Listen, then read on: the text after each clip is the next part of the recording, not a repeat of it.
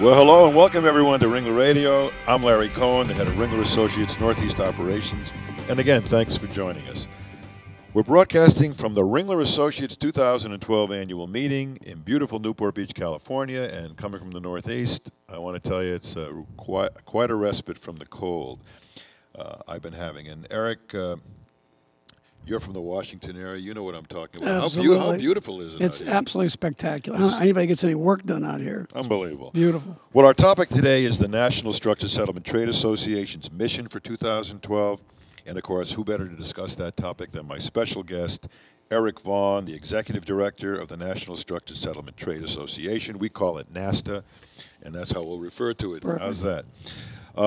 You joined as Director of Government Affairs in 2001, Eric, and you've previously served on the White House Domestic Policy Council, the National Security Council. You also served in senior policy positions with the Office of Management and Budget and in the Office of Secretary of Defense. It sounds to me, Eric, like you're one of those Washington insiders, aren't you? You know, it's scary, but I think that's almost the definition of a Washington insider. But it also means I can't hold a job. I'm just moving from position to position. We all know how that works. Well, welcome again to Ringler Radio, Eric. Every time we have you on, it's a great show. Let's get to 2012. So why don't you tell us, what is NSSTA's mission for 2012? What's going on? You know, you could be glib about it, but in serious sort of Washington speak, this is a critical election year. It's a national presidential election year. Every member of the House is up for election. 41 U.S. senators are up for election. Our mission, to be very sincere and very honest, is to make sure we're not forgotten. To make sure people understand the value of a structured settlement, the critical beneficial impacts that a structured settlement can make to an injured victim and their lives and their family, the protection, the security. And I know we all know that. The problem is with elections, so many members are going to lose or retire. One of our best friends in the entire Congress is one of the most conservative members in Congress. His name is Wally Herger, congressman from Northern California. Well, he decided to retire. He's the second most powerful person on the House Ways and Means Committee. So who replaces him? We've got to be prepared for the next group that comes through. Secondly, this is going to be, in a lot of ways, this is the setup year for tax reform. Yeah. Tax reform is coming. Anyone that thinks it's not is not part of the debate, not part of this national dialogue. Does that mean we're going to have our Section 104A2 on the chopping block?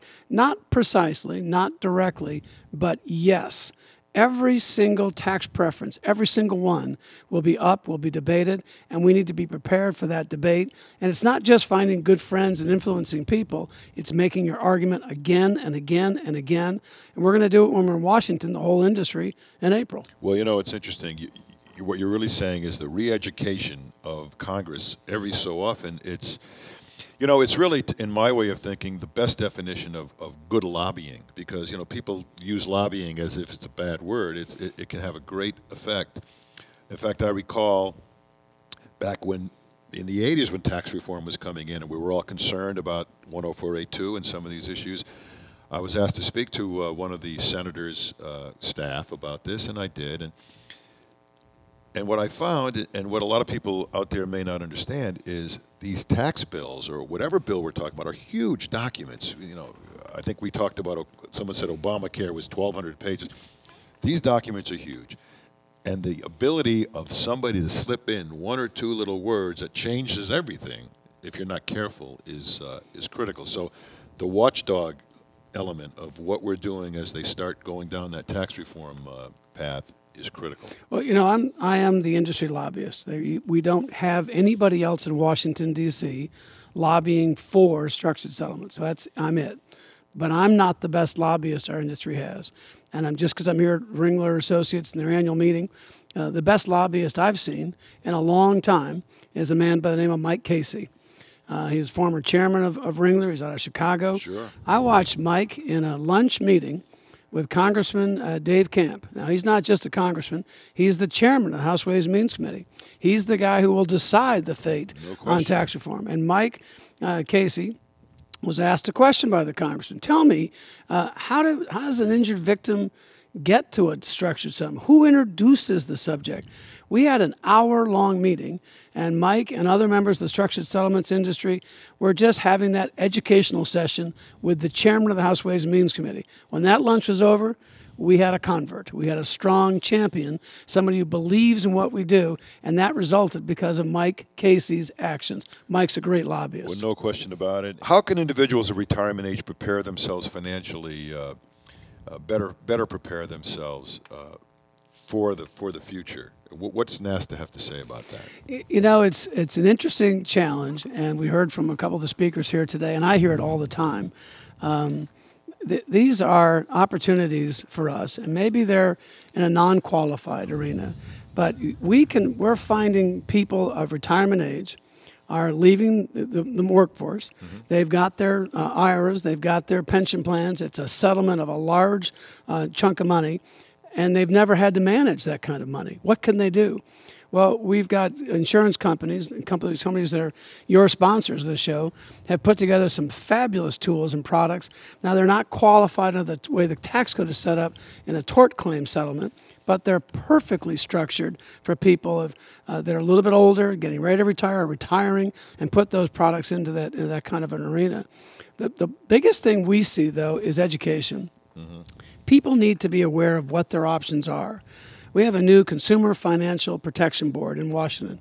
The Republicans decided that they didn't want to let the president's nominee become the director. He appointed that director anyway, Mr. Cordroy. Mm-hmm. He's going after payday loans. He's going after advertising. He's going after people that are abusing not just seniors, but all of us with false, misleading information that if you take one wrong step with your pension, you've spent your life building up that pension.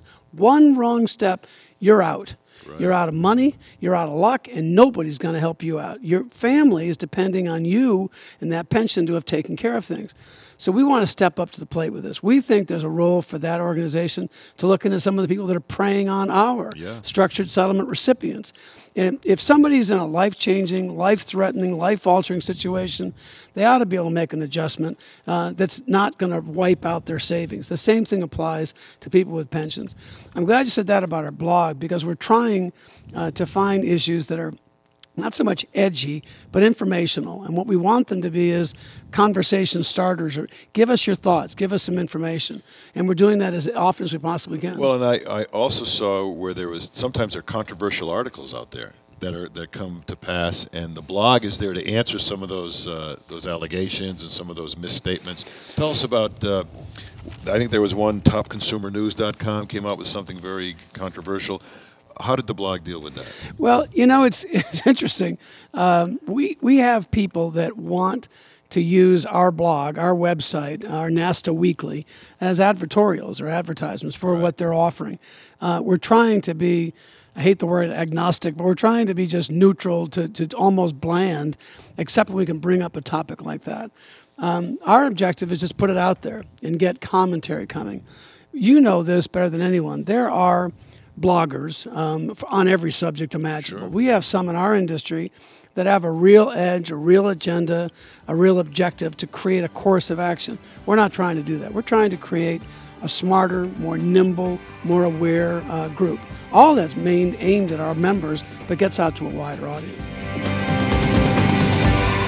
Be sure to check out the entire podcast as well as other Ringler Radio shows at LegalTalkNetwork.com and RinglerAssociates.com.